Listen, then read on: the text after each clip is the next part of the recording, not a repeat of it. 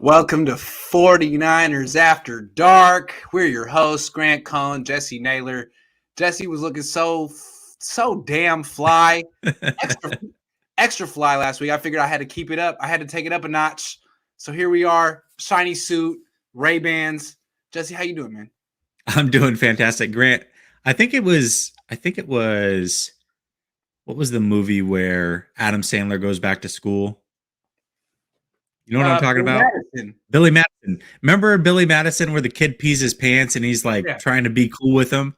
That's what you're doing right now. Like I have to wear these glasses, but you're trying to like make it so it's like the new trend. You're making me feel better about this. You ain't cool unless you pee pants. Exactly. If peeing your pants is cool, then consider me Miles Davis. Underrated line from that movie. I don't know. I've memorized that whole movie. Anyway, we have a lot to talk about today. Mostly Deebo Samuel, a little bit of this, a little bit of that. We want to start with Jimmie Ward. Big fan of Jimmie Ward. Yeah, he went on Instagram live last night because apparently I haven't reached out quickly enough to get him on. He's like, I don't need to wait for Grant. I'm going to say my own thing. And he was out there talking about Deebo Samuel. Everyone, can you give a little synopsis and then give your takeaways? Yeah, so the three biggest things that I took away from Jimmie Ward's IG Live is one, he's up to his old ways.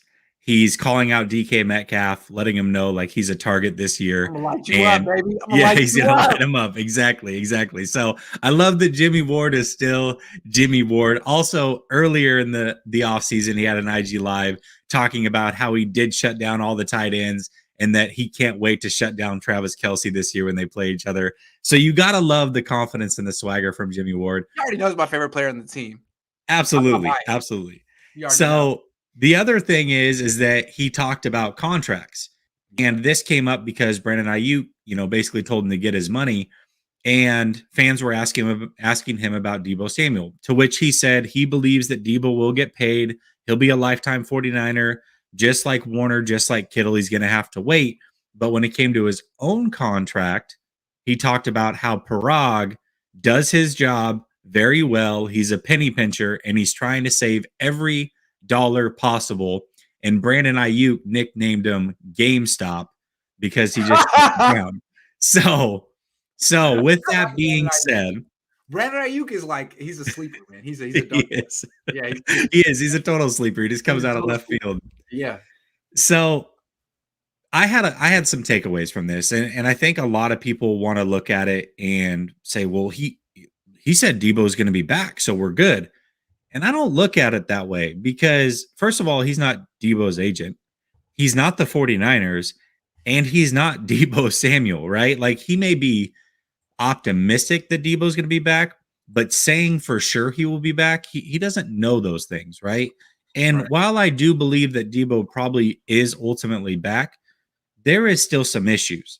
And the way that I look at it is we got to peek behind the curtain. And Parag is a penny pincher, which we always suspected, right? Yeah. But to hear it from a player outright and in the open tells you exactly what's happened to this point. Hold on. The way I look at Parag, it's not that he's a penny pincher. He's a competitor, right?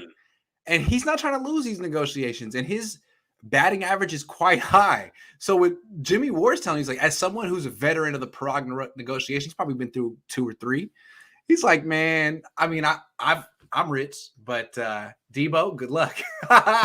You better be, because like what he's saying is Parag doesn't lose. You better get your money within his parameters because he doesn't lose, and the Yorks trust him. So if Parag says, man, Deebo's asking for too much money, we'd be better off trading him, they'll do it.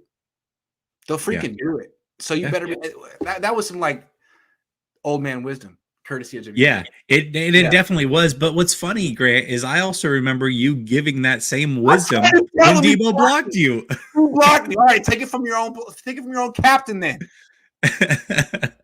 So, anyways, I found that whole thing interesting, but it really did, to me, what that did is it slammed the door shut on maybe Deebo's trolling. Maybe it's, he's just out there having fun on his IG. No. This tells you that there have been talks. Obviously, Deebo is frustrated. He wasn't ready, or his team maybe wasn't as prepared for the discussions that were going to be had. maybe he wasn't prepared to be told that you've been injured. You've only had one good year, which are things that the 49ers are saying, right? May or may not be true, or maybe he doesn't feel those things, but the 49ers are going to tell him those things because they're trying to get the best deal for them. And so I think that he probably took things to heart a little bit, took to his Instagram and did everything that he could within his power to gain some of that power back and get maybe the fans on his side and get national media talking about it and do whatever he could. But ultimately, so far, he is frustrated, and well, Prague is probably the reason why. Still, though, my major takeaways from this IG live is that DK Metcalf better watch out, and that Jimmie Ward, it's time to come back, man. Yeah, Been too long. We got to do an interview because he's the best, man. The Niners don't promote him at all. I mean, they keep employing him. They keep paying him, but they don't really like promote him at all. You never see his face around the stadium or in anything, but he is like definitely the most relatable, down to earth star on the team. And Jimmie, let's talk, man. Come on. Let's do it again. All right. I have a bonus topic, but first we get there. J-Mad says, ESPN MX says John Sutcliffe, the Adam Schefter of MX. MX? Mexico? Okay, all right. Yeah. Reported the Niners are almost a sure thing to play in Arizona in the Monday Night Football Mexican game. Are you planning to go? Oh. Yeah, baby. I'm trying to go. Hell yeah.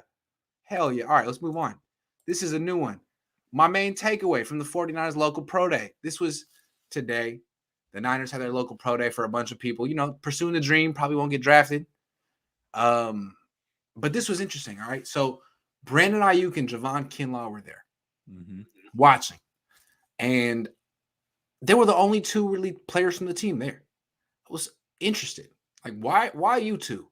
And they're watching, they're on the sideline, they're talking to like a PR guy, and all of a sudden I hear someone say, like, hey, they want to talk to you. And they leave. And all of a sudden, Kinlaw goes to John Lynch, and Brandon Ayuk goes to Kyle Shanahan. They're standing right there watching practice. And this is right in front of the media. Like, they know this is right. First of all, this wasn't Brandon Ayuk's idea. This was the team's idea. It was almost like a photo op. Look at who Kyle's talking to. Look at who John's talking to. And John was talking to Javon Kinlaw for like 15 minutes. And Kyle Shanahan was talking to Brandon Ayuk for 15 minutes. That's all we saw. I don't know what they were talking about. Maybe if people could read lips, they could go on my YouTube channel and try to figure it out. But I do have some takeaways from this, and I'd like to know what you think. First of all, remember the narrative about Brandon Ayuk being in Kyle Shanahan's doghouse last year? Yeah. Yep. Of course. How could you forget that narrative? That was fucking bullshit. Okay. He was never in Kyle Shanahan's doghouse. If there is one. He was in Jimmie's doghouse. Jimmie doesn't look down the field. Jimmie doesn't throw outside the numbers. Jimmie and Brandon Ayuk are a bad combination. Who was Brandon Ayuk playing with his rookie year when he put up all those numbers? He was playing with who was Brandon Ayuk playing with? Oh, you're talking about 2 years ago. Yeah. Yes. Sorry. Yes. I thought you said last year. I'm like, he only played with Trey Lance for a game. Although that great, but Nick Mullins will throw the ball down the field. He will, but also his second best game the whole season was with Trey Lance in Week 17. That's right. So anyway, everyone was like, why was Brandon Ayuk absent? Why was he MIA for half a season? Was Kyle mad? Was he not blocking well enough? Was he not practicing well enough? I don't know, man. It seemed like they were real cool today. It seems like they have a real good line of conversation today. I'm really thinking that Brandon Ayuk was never in Kyle Shanahan's doghouse. He just wasn't, for whatever reason. Jimmie didn't like him. And now that Jimmie's on the outs and Deebo is doing his thing, Brandon Ayuk is front and center. And Kyle Shanahan is all. I mean, who do we think was the reason the Niners was the person pushing for the Niners to trade up for Brandon Ayuk? John Lynch, the strong safety, or Kyle? No, it was Kyle's guy. Yeah. Right. And if Jimmie was like, oh, I don't know, like he's like showing me up, or I don't want to throw down that far. I can't. Fine, you're gone. I think Brandon Ayuk.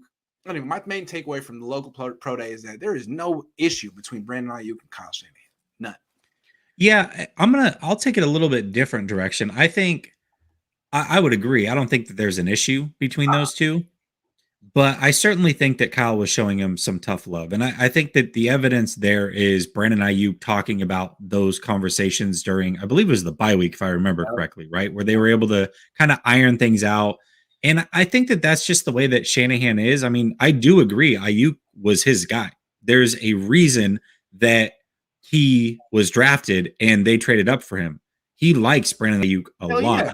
Hell yeah. But that doesn't mean that he can't show some tough love. I mean, I love my kids to death, but sometimes I show them tough love, right? True. And so I think that's what was happening. And maybe Shanahan realized, and this goes back to a lot of my frustrations with Shanahan. And again, I'm going to heap credit or praise his way, is that I feel like he's overcome these things a little bit. I think he realized at some point, wow, this is not the way to handle this kid. Maybe it's worked with these other guys, but it does not work with this kid. We got to actually have a conversation here, and I got to tell him what's going on, because sometimes just telling a guy you got to learn to be a pro is not good enough. You got to show them or tell them and walk them through what that means. And he was able to do that. And so I want to give him credit for that. But also, I don't know if it's Jimmie doesn't like him, but I can tell you what, Jimmie can't, he just simply can't make those throws. He can't take advantage of Brandon Ayuk. He cannot take advantage of the issue that the coaching staff had with Brandon, I'm guessing, I don't know, is that Brandon would get open. He'd be wide open down the field and wouldn't get the ball, or the ball be over his head, or be in the dirt. And what would he do? Brandon? Yeah. Oh, he'd throw little fits. Yeah, exactly. Yeah. And I think what maybe was happening was Kyle being like, dude, you can't do that. You're 23 years old. You're in your second year. You can think what you want about Jimmy Garoppolo, but what have you accomplished? That's a bad look for you. And now I feel like what Kyle was saying by having that long conversation in front of the media with Brandon Ayuk is that he's graduated. That's over. That tough love period is over. You're entering year 3. You're an upperclassman. Deebo over here, we don't even know where he might not even be in the team in 2 weeks. We need you to step up. Are you ready? And I think Brandon Ayuk is. Well, I don't know, but I think I'm guessing that's what that was about. You're a guy. Yeah, I would say the other couple interesting things, and it may or may not go this way, but first of all, they're out of the same draft class. Second of all, wouldn't it be interesting if those are the guys that are brought in and eventually Deebo does get traded and Kinlaw was there to replace Buckner and Ayuk is there to replace Deebo? I just find that dynamic pretty interesting. Again, I don't think Deebo ultimately does get traded, but if it does happen, I do find it interesting that those are the guys that were there, because one thing that I said last week or the week before, Grant, is I felt like Deebo, if this was a college program, Deebo's the one that you send to the new recruits to set the tone with them. And this right here, what they did, this pro day thing they did, is kind of like a college thing, right? You're talking to the walk-ons, you're catering the walk-ons or potential walk-ons. And who do you want to set the tone? Well, they chose Ayuk and Kinlaw. Maybe if Deebo had his contract locked in or they weren't at odds, maybe Deebo would have been the guy that was there, right? And so I do find that dynamic interesting as well. Is, hey, we did get rid of Buckner, and who knows what's going on with Deebo, but the guys that are here to kind of carry that torch, they're here. Those are the ones. And you're right. They've graduated, and it's their turn to be leaders now. All right, let's move on. So this is let's call this the Deebo debacle. Guy has an all-pro season. The Niners don't know what to do about it. Let's assess blame. This should be handled. And really, we're in a position where this dude could get traded in the next 2 weeks. How do we get here? Who is ultimately to blame for the Deebo debacle? Yeah, I mean, there's 2 ways you can look at it. You're either blaming Deebo or you're blaming the 49ers, right? And we can divvy up blame within the 49ers if that's the route you decide to go. But for me, I'm certainly blaming the 49ers here. And to me, it was very, very obvious that the 49ers had 2 things that they needed to accomplish as soon as the offseason started. One was trade Jimmy Garoppolo. That one everybody knew. 2 was overpaying Deebo now to save money later. That's the phrase I've been using the whole offseason.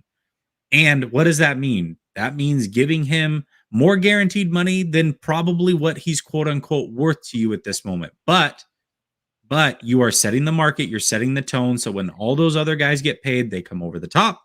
That's right. Deebo is now 5th, 6th, 7th highest paid receiver. You're good to go. The 49ers have done neither, right? They've done neither of the two highest priority items they have. Now, people may argue, well, Bosa is a pretty high priority, but I also still get this feeling that Bosa is willing to bet on himself and he may not sign this offseason. I don't think that's as much of a lock as what Deebo should have been. Deebo is truly in the final year of his contract. He absolutely should be re-signed, and they need to figure it out very, very quickly. And I believe that Deebo has the same agent, at least as Brown, maybe even DK. I'm not sure, but yes, okay. Creative Artists Agency, CAA, yes. There you go. There you go. So all of those guys are being represented by the same people. So if one gets paid, you don't think that agency is going to go to that new team and say, well, this guy just got paid this. You got to come over the top. Now you got to come over the top again. The longer you wait on Deebo to get done, the worse it's going to be for you. So to me, the 49ers are 100% to blame for this. I don't care what Deebo's asking for, how unreasonable it sounds. You have to get his agent in a room and figure this thing out and figure it out now. If Deebo is in the long-term plans, if at this point it's over and you don't think you can repair it and you're shopping him, that's one thing.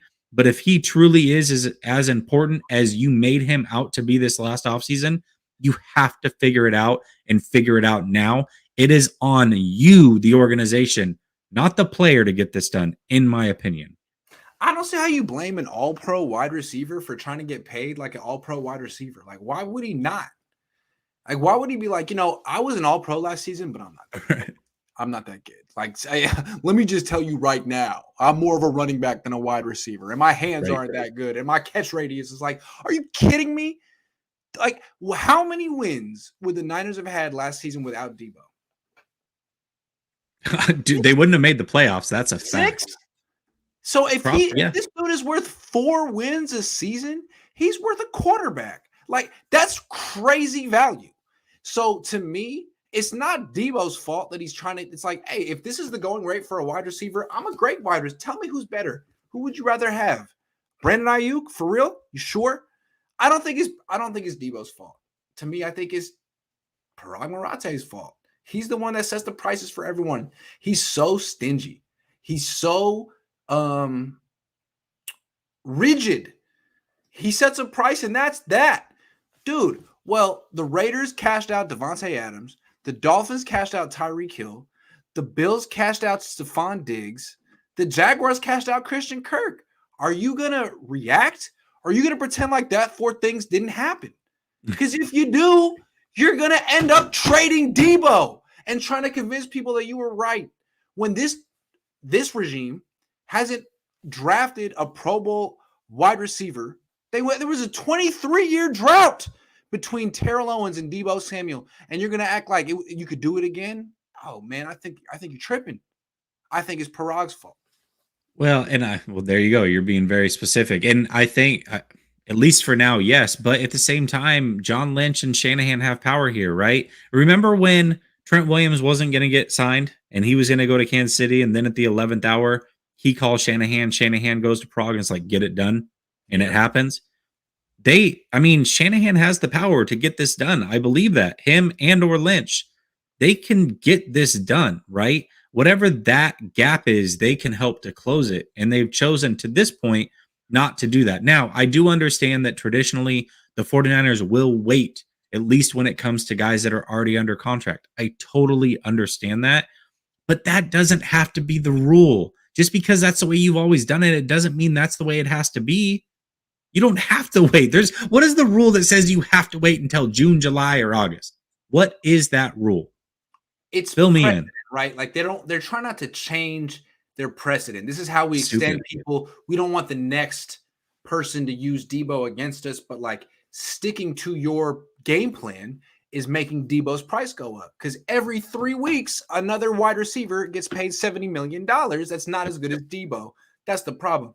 You got Dave over here, Dave Frazier. saying Deebo's injury prone, 10 games missed. Hey, yo, how many fucking games is 49ers After Dark? I gotta drop F-bombs. How many fucking games has Nick Bosa missed? Word. How come everyone holds Deebo's injury history against him? He never tore an ACL. He never had fucking surgery. Dude, he pulled a groin. He pulled a hamstring. He broke a bone.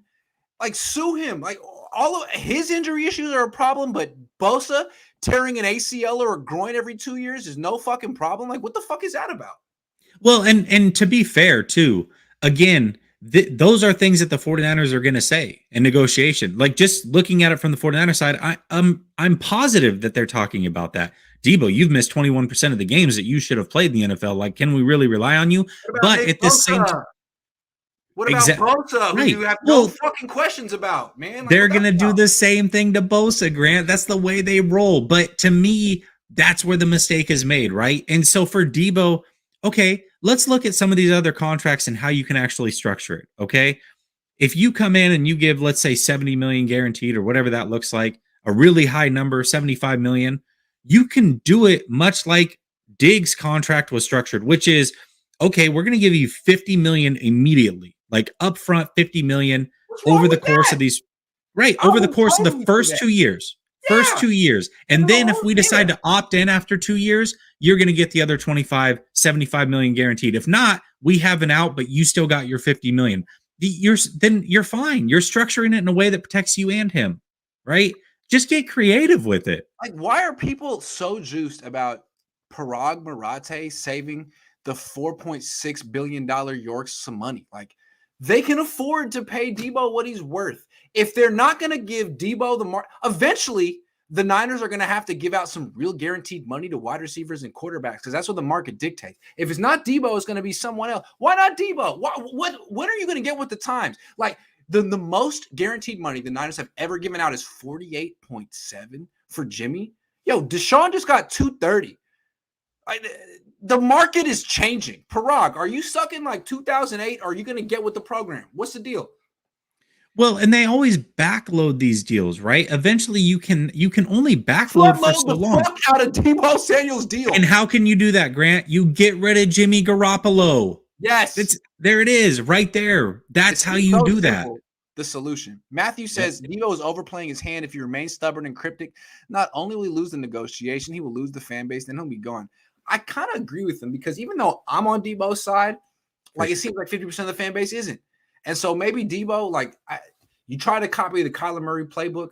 Was that a popular move? Like everyone clowned Kyler Murray for doing it. I feel like maybe you shouldn't do this kind of stuff, but maybe I'm tripping. I don't know. Hey, well, and here's the hard part, right? Is in the court of public opinion, who 30 days ago would have said that Deebo is a diva? Like nobody in their right mind would have said that. Nobody. I was on after game, like post game rants talking about how frustrated I was that Deebo's out there dying at the end of these games and Jimmy Garoppolo is smiling about it in post game press conferences when he's the reason that they lost the game. Like how frustrating it was to watch Deebo Samuel at the end of the Tennessee Titans game falling apart, at the end of the NFC Championship game crying, right? At the end of the Green Bay game limping off the field, doing everything he can to win those games while on a rookie contract. So now all of a sudden he's looking out for himself and he's a diva, right? That's the narrative. And right, wrong, or indifferent, if that is the court of public opinion, then that's what it is. Now, does that matter to Deebo? Should it matter? No. I mean, he has to get his, but that's the way that things are going right now. And it is very frustrating because people forget what Deebo Samuel brings to the table on the football field and how much of himself he gives. It's not Deebo's fault that wide receivers are worth more than middle linebackers and tight ends. It's not his fault. What's he supposed to be like? Hey, yeah, I'm one of the best wide receivers in the league, but pay me like a running back. Pay me like a tight end. I'm just a team player. Like, fuck that. I'm on Deebo's side. I'm wearing a. And is there a doubt that he'll be a team player once he's actually on the field? I don't doubt it. I have zero doubts. All right, let's move on. What is the actual deadline to the Deebo madness, in your opinion? Yeah, so everybody keeps talking about, well, these guys get paid in June and July. And now we're going to hear about this. It's It's going to drag on for months and months and months. The reality is it's not going to drag on for months and months and months. It's going to drag on until April 29th. That is the deadline.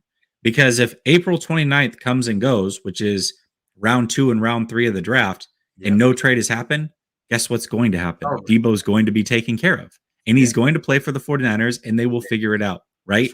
Yeah. But if that date comes and goes and Deebo's traded, well, then it didn't work out. We're going to know very, very soon. And that's why to me, a lot of people are trying to pump the brakes on this. It's fine. We got months. No, we don't have months. We have roughly 2 weeks, just over 2 weeks. So that's why I'm trying to tell people, have some urgency around this. Look at what's happening. Make it a bigger deal than what it is. Because if that time comes and goes, that's the time where he's going to get traded. Yes, it's rumor season, but it is also trade season. We're going to know the answer to this question very, very shortly. Everybody wants to think it's 4 months down the road. No, it's about 2 weeks down the road. That's why I think this is a very, very big deal and people need to take more notice. Hell yeah. And I think what's so cool about, I mean, not cool, but so intriguing is that like, this is coming to a head right now. Why do you think Deebo Samuel is doing the things he's doing on Instagram now? Why do you think Peter King and Matt Mayoko are reporting what they know now? Because the deadline's coming up. There's about 2 weeks left. If Deebo is not, if they can't work it out, then they got to make a move in April. This has to happen in April. This is an April thing. So I guess I feel like, you know, Jed York kind of tipped his hand when he retweeted Jennifer Lee Chan's thing, right? He made it seem like he wants Deebo. So that's helping Deebo in negotiations, right? If I were Deebo, sure. I'd be like, oh, let's go. Are you sure your owner wants to let this fall apart? So this should be okay. But if it's not, it's gonna go down in 2 weeks. So be ready. I have to look at that from the other side though, too, Grant. Is he doing that to control the narrative? Like, does he ultimately really care? And is he leaving it up to the front office and is like, well, I'm throwing this out there now so that when he's gone, I can say stupid. He looks stupid if he posts that. If he posts that and they trade him, like, dude, do you even know what's going on with your own team? I'm saying it's a bad. But at the same time, if it happens, Grant, what can he say? He can say, I mean, I wanted Deebo. Unpredictable. Exactly. Deebo was unpredictable. Yes. Deebo's a diva. Right. Deebo only. Yes. That's the narrative. Right. And you can always paint a young black man that way. I'm sorry I went there. Like, you can always say, oh, that black guy wants too much money. Well, and not only that though, Grant, like hero. that's I want to say this too. He's our hero. I want to say this too because it is frustrating. These are some of the things that I see is, well, Deebo's a diva. And why is he a diva? Because his name rhymes with diva. It kind of sounds like diva. No, it's because he's on his IG flashing his new necklace and his jewelry and his new clothes and his teeth and all those things. Twitter, man. That's why he's a diva.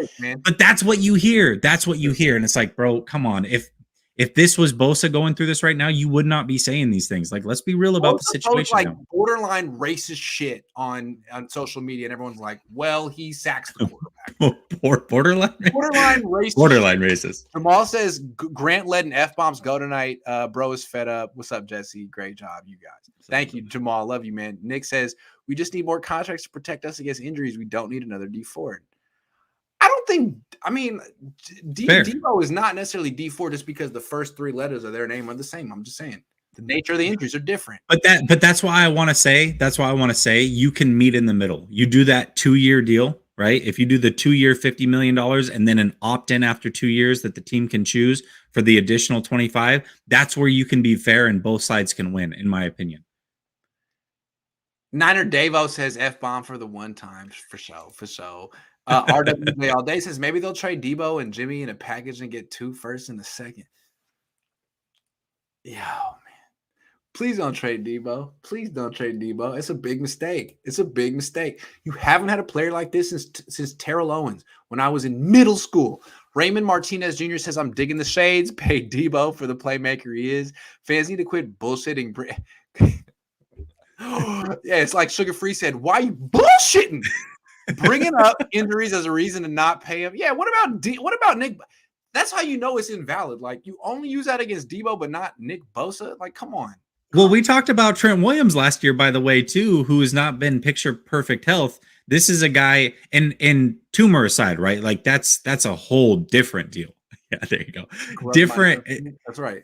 The Tumor aside, that's a whole different deal. But we talked about how Trent Williams misses multiple games every year, right? They didn't have a problem paying him. So thanks. Rib916 says, thanks. We've wanted to know for years. Did Cap split the locker room by dating Nessa? Was that our demise? Yeah, Cap was good at splitting the locker room. Cap was a better quarterback than Jimmy Garoppolo, but Jimmy, like, on the field. But Jimmy has this, like, galvanizing thing that Cap didn't have. Cap was divisive. I'm sorry. That's the way it was. But, yeah, Cap was a better quarterback than him. Yeah, I don't think that's debatable. All right, moving on. Let's talk about Mike McGlinchey. So he posted this picture a couple of weeks ago. Look, hella skinny, man. Like, he looked a cool 250. He was about to announce his retirement. And then I wrote a thing about it, and he came out today on Instagram to post, like, where he's doing it in the weight room. Like, it wasn't a direct response. Anyway, he can run. He can lift. What do you think of Mike McGlinchey doing athletic-related things? Well, first of all, the thing that I took most is that he showed himself on the scale weighing 310. Yeah, I don't buy that. He just showed a scale throwing 310. That's true. That could have been a scale of potatoes. It could have been a sack of potatoes. It could have been him. I'm not sold on that, Mike. I'm calling you out. If East Bay Chris can get away with his shenanigans with Photoshop, I don't know, but did he fucking look 310 to you? I gotta say he didn't. Hell no. The question I have is, so first of all, when was the original picture released? Was it was just released like 2 or 3 days ago, right? Where he looked super skinny? Yes. Okay. But who knows? Maybe that picture's 2 months old. I don't know when the actual picture was taken. That's the only like kind of comeback I have for that, because you're right. Technically, it didn't show him on the scale, right? And I got to be honest, he still looks pretty skinny, even though he's working out. But it is nice to see he's doing weight training, and at least the quad looks good, right? Like, it looks like he's going to be healthy. It's just the weight that I question now. So it's on his body. It looks like he has a leg. I don't know. We shall see. But he's doing like jump squats and stuff. Is that the Niners are really banking on him? That's my takeaway. And they are. They're banking on him. Yes, they're really banking. That's scary. Yeah, which is crazy though, right? Because one of the trades that I threw out, because I'm looking at it, like maybe Deebo gets traded. So what am I willing to say? What would I be willing to say yes to? And one of the things that I threw out was Mekhi Becton from the Jets, pick 35 and 38 for Deebo and pick 61. And the reason I would want Becton back is because they're having some issues with Becton a little bit, maybe some of his weight and things like that. Maybe they're not as high on him as what they were when they drafted him round 1 just a couple of years ago. But also maybe he can be the insurance that we need to play right tackle in the future. And so if McGlinchey can get healthy and look good, well, maybe he is the right tackle of the future. I don't know. But at least for now, the quad's not falling off the bone. I'll say that. Neil says, my concern is Deebo. What has he been doing this offseason so far? He's constantly with other celebrities, and I think that Hollywood life is feeding off. I understand that concern, because he essentially, we break his foot in 2020, and he didn't come into the season in shape, and he's got a very interesting body type. He's the opposite of Kittle. Kittle's got bird legs. Deebo's thick with like 8 C's. He really needs to keep his lower body in check. He's got to be in tip-top shape, and when he is, he's the best player in the league. I can see why fans are a little upset. Not upset, but concerned, because the only thing he's projecting on Instagram is like him with a pocket full of ducks talking to a bunch of, blue-faced hunnids, and I that's always fun. But I don't think Niner fans want to see that. I think they're more excited to seeing Brandon Ayuk working out with Trey Lance and talking to Kyle Shanahan. Yeah, but I think it's all strategic, right? Like, he's showing what he wants to show, and everything that he's doing is like him dressed to the nines, or with money, or with what. It's all money related. Like to me, this is all very, very calculated. I got to believe that Deebo's working his butt off, and he may not be showing that, but that doesn't mean he's not doing it. Right. And so I'm not that worried about it. One thing that does kind of suck, and I got to be honest about this, is, and he talked about this, is that he's not working out with the rest of the team and Trey Lance and getting ready together because he wants to be in Miami. And he said that before the offseason, like, unless they're coming to Miami, like, I do my thing in Miami, which is fine. If that's how you feel, you got to get right. But it would be nice to work with your future quarterback. But at the same time, how much work can you put in? Because if you get injured, the last time he got injured was working out with Jimmie Garoppolo and the team during the offseason. That's when he broke his foot, right? And so maybe he's got bad feelings about that, doesn't want to go through that. He feels protected where he's at. I don't know, but that's the only thing that does kind of suck. I blame Jimmie. The whole thing is Jimmie's fault. If Jimmie's leadership was real, Deebo never would have broken that foot. Also, people talk about Jimmie's leadership like it's fucking magical. Like, how come Jaquaski Tart dropped that interception if Jimmie's leadership is that great? If Jimmie's leadership was real, Jaquaski would have caught that ball. Yeah, I'm just saying. That's true. Where was Jimmie's leadership on that one? Real leadership would have put the hands around that ball. All right, let's move on. Give me one breakout player for this upcoming season not named Brandon Ayuk. Yeah, and the reason I put that in there is because I feel like everybody right now thinks Brandon Ayuk's about to break out. Like, that's the big hot topic, right? So who else can break out or who's poised to break out? And the player that I think is poised to break out is Trey Sermon. And the reason that I say that is I believe that he was brought in to play with Trey Lance. And this is something that I think we've both said multiple times throughout the course of the last year. But I think proof of that is Trey Sermon, the only real time he played with Trey Lance was the second half versus Seattle. Remember when Jaquez Patrick was on this team? Remember that name? Yeah. Okay. That was the only other option. So Trey Sermon had to play that game. And as soon as Trey Lance came into that game, he was explosive. He was breaking off big runs. I think his first run was like 18 yards or something up the middle with Trey Lance. And so looking at that game he had 19 carries for 89 yards, 4.7 yards per carry. I know it's a small sample size, but that is his only real time playing with the future quarterback. And unlike Deebo, one thing you are seeing from Trey Sermon over and over and over is his workout regimen this offseason. You can tell he's working hard. He actually does look slimmer than what he did last year. And I just think that Trey Sermon is poised to break out this year. Now, that doesn't mean he's going to be the number one back necessarily. I don't know what that's going to look like, but I think that by the time this season is over, we're going to look at Trey Sermon and say, hey, we got ourselves a pretty good running back here. Even though we want to go running back by committee, I think Trey Sermon is basically a lock for like 700 yards this season. That's where I'm going to go with that. I think Trey Sermon gets at least 700 yards this season and plays very, very well. Okay. All right. Okay. Interesting. I have a different player. I like yours. I'm gonna go with Trey fucking Lance. How about that? At least it's a Trey. Sermon, good player. I'm gonna go with Trey Lance. The way I look at it is that people are really kind of clutching their pearls on Lance because the Niners haven't given him that vote of confidence. He hasn't played in a couple of years. He's come from North Dakota State. A lot of people don't think he's good. I've seen what I need to see from Trey Lance. He may not be Aaron Rodgers. He may not be Russell Wilson, but I fucking guarantee he's better than Jimmie Garoppolo.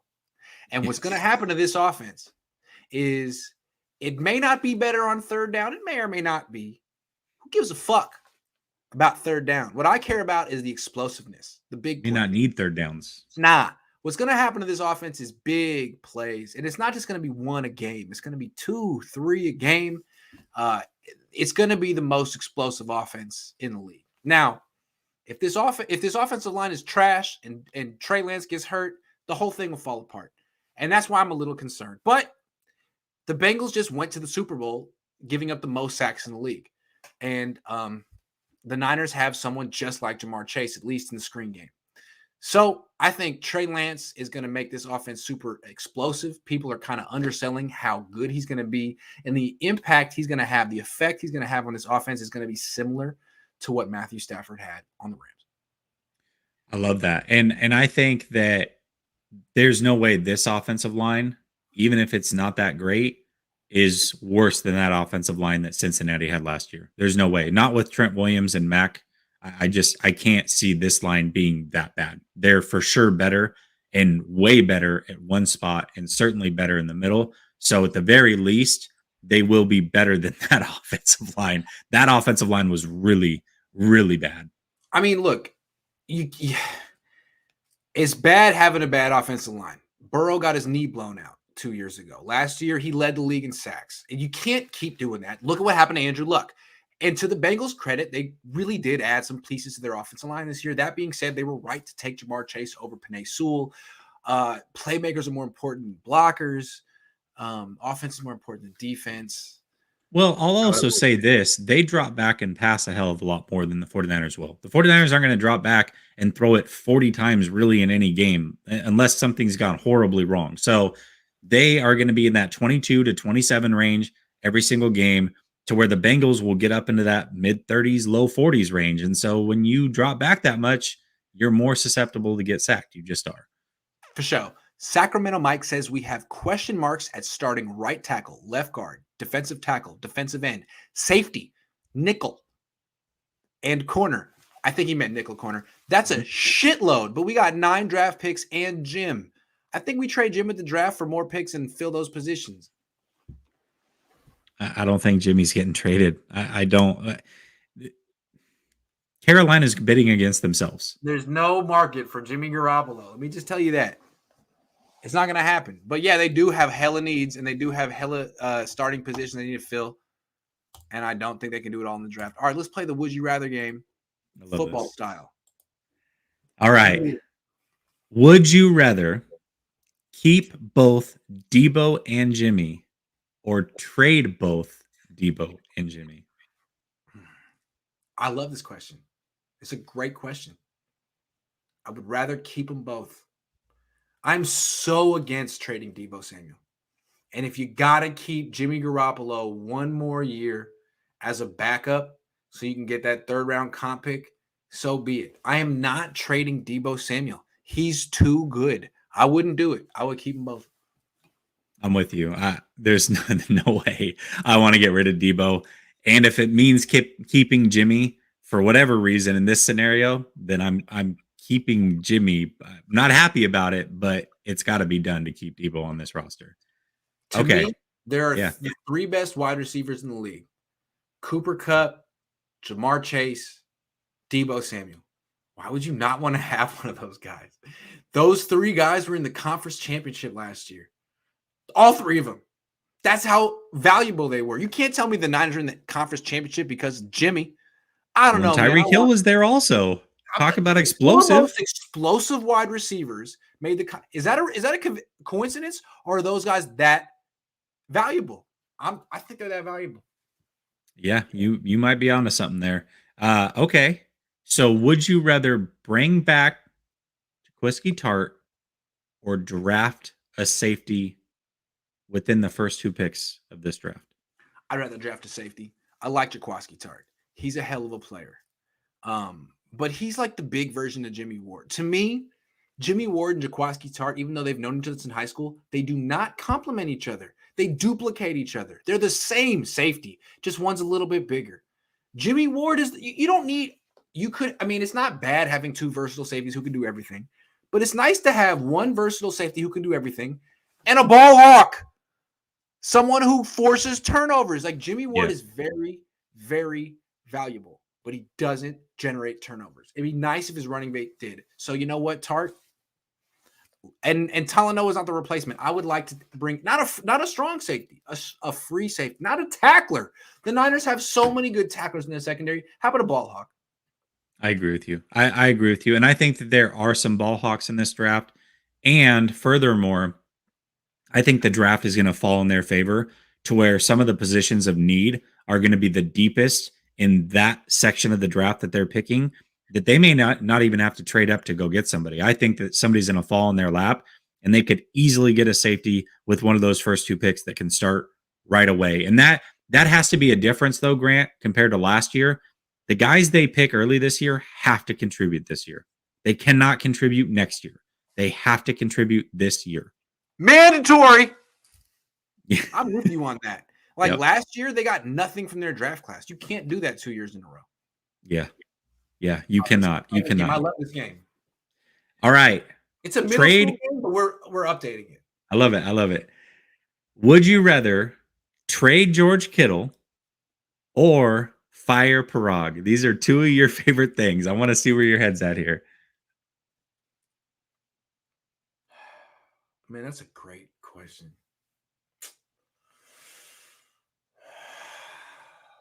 I'm gonna say fire Parag, because Parag and the Niners have made it damn near impossible to trade Kittle at this point. They extended his contract. You'd have to trade him after June 1. There'd be a huge dead cap hit. I mean, it's his fault. I'm gonna say fire Parag. I think the Niners have outgrown him. I think he's a detriment at this point, not an asset. He's acting like it's 2003 and it's a drought. It's a there's like a They hit the recession in 2008. A recession. Yeah, he's acting like it's like 2003. George Bush is the president. We're in Iraq, and there's like a very little salary cap. Like the times have changed, Parag. You haven't adapted. Fire Parag. I'm with you, man. If I have a chance to fire Parag, we just blamed Parag and the 49ers for being in this Deebo situation. Parag can go. Yeah. There's other salary cap guys out there. There just is. Yeah. Okay, last one. And I have to give you the figures here because this is important. So your options are to trade Deebo or make him the highest paid non-quarterback in the league, which would equate to $81 million guaranteed. $81 million guaranteed, which is more than TJ Watt just got at 80. Joey Bosa got at 78. And then I think Tyreek Hill is the sixth highest paid as a receiver, sixth highest non-quarterback guaranteed money at $52 million. So it'd be $30 million more than the second highest paid wide receiver as far as guaranteed money. What are you doing? This is very interesting. I think the 49ers really could trade Deebo Samuel, unless he capitulates. And I'd love to see how many games they win without him. Now, if they get rid of Deebo and they get rid of Jimmie, it's all going to be Trey Lance's fault if they don't win. But like, really, I really think if they didn't have Deebo last year, they would have won 5 or 6 games. Yes, it would have been super bad. So let's do math, okay? That's a 10-win team last year. But without him, we're guessing they would have been a 6-win team. 4 wins attributed to one player, all right? So the salary cap was $182.5 million. Teams win on average of 8.5 games this season. That's just an average. So that means a win in the NFL is worth roughly $21 million. Last year, Deebo was worth 4 wins. That means that dude is worth about $86 million. Honestly. So to me, I would pay him. And I understand he's had groin pulls, hamstring pulls. He may not have the longevity. He may not be super explosive when he's 30. Fine. Give him $80 million now. Front load the shit. Give him all of his guaranteed money in 2 years so that if things fall apart or if whatever, he can hit the market in 2 years. You can back out in 2 years. Do it now because Trey's cheap for the next 2 years. Jimmie's gone after this year. I would pay him. I think he's worth it. I think where the wide receiver market is trending, it probably should have done this, 20 years ago. Well, I'll say this. The only thing I can compare it to that I think is pretty much a guarantee to be out there is what the Jets offered for Tyreek Hill. Like, would they offer that same thing for Deebo? And I think the answer is yes, which would have been pick 35, pick 38, and pick 69. So the option is make Deebo the highest paid non-quarterback at an astronomical number or get pick 35, 38, and 69. Yeah. That is the option. I got to be honest, I am big on keeping Deebo Samuel.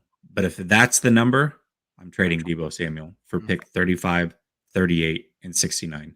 And I'm hoping I can get Christian Watson or a explosive wide receiver. I'm hoping I can get a starting safety. And, maybe a defensive end out of it and seeing what happens. I cannot. Again, it's not my money, right? But if I run the 49ers, I got to draw the line somewhere, and I cannot pay, because now if I pay you 82 million guaranteed, which is more than the defensive ends are getting, what do I got to pay Nick Bosa next offseason? That's what I was going to ask you right now. 100 guaranteed? So that's what I'm going to ask you right now. Like, you told me, what did Joey Bosa get guaranteed? 78. Okay, TJ so Watt got 81 or 80. What's Nick going to ask for? Exactly. So 100 plus. It really comes down to, are the Niners prepared to pay both of them what they're worth? Or are they going to choose? And who would you choose? Because honestly, I'd choose Deebo. Look, a defensive end is great, but run defense, miss me with that. It's not valuable. His pass rush, that's great. 15 and a half sacks, a sack a game, that's great. But you know what? Deebo had 14 touchdowns. All right? I'll take those touchdowns over those sacks. Sacks are great. But Deebo's touchdowns are like straight up just him against the world. He's at the Niners at the 25-yard line. Deebo's in the background. He's in the backfield. Oh, you just throw a little pitch, boom, touchdown. Are you kidding? Who else can do that? Like, there are especially on a team like the Niners who have one good offensive lineman, they decided that you don't need a good offensive line. You need a good left tackle. So they cashed out the best left tackle in the game, have 4 question marks, and they're like, okay, at least the pressure the quarterback sees, he can avoid. But he can't see, we got that. So, fine. You're going to need a wide receiver like Deebo who can get the ball instantly and make something happen. Because without him, I like Brandon Ayuk. He's not that explosive. I mean, he was kind of a disappointment as a punt returner. He really hasn't had any big plays in his career. That's all I'm saying. Yeah, I mean, there's an argument to be had. I'll hear the argument. It's tough, right? So then I guess, then what? You got to trade Nick Bosa next offseason, right? Like, that's the other option. So I would trade Nick Bosa. Can you imagine what you would get for Nick Bosa? Oh, can you imagine? Yeah, that, first of all, if you trade him now, that Jets 10th pick is definitely there. You're getting probably 10, 35, and 38. The way I feel about Nick Bosa and Trent Williams, I feel like the Trent Williams contract was a mistake. I feel like the Nick Bosa's contract is going to be a mistake. They're both going to get paid about the same. Bosa's going to get paid more. It's not about having one good offensive lineman. It's not great offensive line. It's not about having one great defensive lineman. It's about having a good pass protecting unit. Can you really have that when you're spending all your money on 1 out of the 5? Look what the Niners have on the offensive line. That's going to happen to the defensive line when you give all that money to Bosa and Armstead, and it's like, all right, well, now we got, 5th round picks and guys off the bargain bin free agency. That's all I'm saying. It seems like with Chris Kasarik, if you didn't put all your investments into one player and you spread it out, he'd take care of it. He'd be a great pass rush. He'd be fine. Do you really need to spend $50 million on 2 players in your defensive line when run defense doesn't matter anymore and Chris Kasarik can manufacture? I mean, that's the whole point about why people are starting to say that coverage is more important than pass rush. You can manufacture a pass rush. There's waves, there's platoons, there's backups, there's blitzes, stunts, all of it. You know what I'm saying? Like, coverage, you can't cover. What are you going to do? What are you going to do? Not much. You're going to lose. You make a hell of a point, Grant. You really do. I don't know, man. Change your mind either. I'm just trying to. I'm not going to change my mind. Yeah. I think your point is very well taken. I love the way you laid it out. Because the way that I see it, I said you've got to reset the wide receiver market, right? I'm all about resetting that wide receiver market. But if you pay Deebo that money, you're resetting the whole market for everybody. It's true. Which means you're hurting yourself so much in the long run. Like, you're winning now by keeping Deebo. I know that's a major win. But if you pay him that much, and now everybody thinks that defensive ends and left tackles and all them are more valuable, quarterbacks, all those. What does the market look like when Bosa comes up, or the next time you get your hands on a great left tackle? What have you done to yourself? That's true. All I feel is, like, I could be wrong, but the way the game is evolving, all right, 20 years ago was more of a phone booth game, as they call it. And in a phone booth game where your offense is quarterback under center, straight drop back, 7-step drops, dude, your offense, the game is won in the trenches, no doubt, right? If you're running, 500 times a season, if your quarterback is taking 7-step drops, you better be. The game is won in the trenches. But once the game becomes shotgun 70% of the time or more, 3 wide receivers, the ball's out in 2 seconds 80% of the time, is the game really won in the trenches anymore? Or is the game won with your quarterback, your weapons, and coverage? That's my question. No, I mean that's the whole thing, right? Like you've got to change a philosophy, and so you're saying, hey, it's worth it because I'm not paying those guys anyway, so I'm straight. Like I'm not doing it, which is understandable. Bad in the trenches, but do you have to be dominant in the trenches? Is it really even worth putting your resources into those units when the ball's out in 2 seconds? Now it's a screen. So now Nick Bosa, what is he doing? Running and chasing. Is that what you paid him for? Right. No, that's which, and by the way, we saw that against Green Bay, right? How bad was Green Bay's offensive line going into that first matchup with the 49ers? And they got zero pressure on Aaron Rodgers. Why? Because he got the ball out quick. And another thing, you want to shut down Nick Bosa, especially if he's making $30 million and there's no bookend on the other side, double him, chip him. We already saw their success with that. What do you do to shut down Deebo Samuel? I don't know. I don't know if there's an answer for Deebo Samuel. I don't know. I don't think people figured that out yet. Because even if you have a shutdown corner, now he's playing running back. And can the shutdown corner tackle him? Because sometimes he's not even going to be running a route. He's just running a screen pass. Right. You know what I'm saying? It's a lot harder to shut down that guy. I think we saw the same thing with Jamar Chase and Cooper Kupp. Anyway, are there any more? I like this game. Are there any more would you rather's? I don't have any more tonight, but I think I'm gonna work on these. I like this. I like that. Chris has a question. He says, wait, I came here for the Blues Brothers. Why are you talking about football? Hope the eyes are doing good, Jesse. Thank you, man. A little bit black and blue. Hopefully by this time next week, they'll be good to go and I can take these dang things off for sure. Trey Niner says, why trade or pay him now when you can let him play out his contract and franchise tag him to death? Okay. So yes, that is an option you can take. But the 49ers don't do that. Like that's not the way they've ever played the game. So they would be changing the way that they've always played the game. They always take care of their players, even if that means trading them, right? When you look at Buckner, right? If I say, hey, they always take care of their players, you're going, well, they didn't take care of Buckner. Well, yeah, they did. They got rid of him. They didn't hold him hostage, and they allowed him to go make money elsewhere. So they always take care of their players. That would be going against the grain of what they've always done.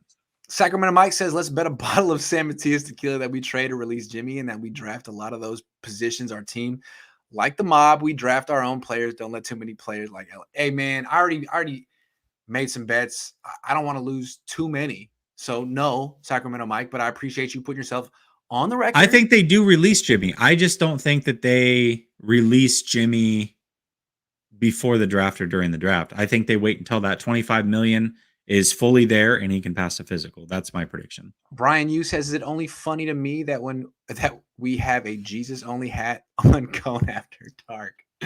Hey man, that's part of the charm. It's part of the charm. To be fair, I didn't drop the F-bombs. Here's the thing. Jesus was Jewish. People forget. That's right. He was, and I didn't drop the F-bombs, Brian. I can't control free will. Grant has free will.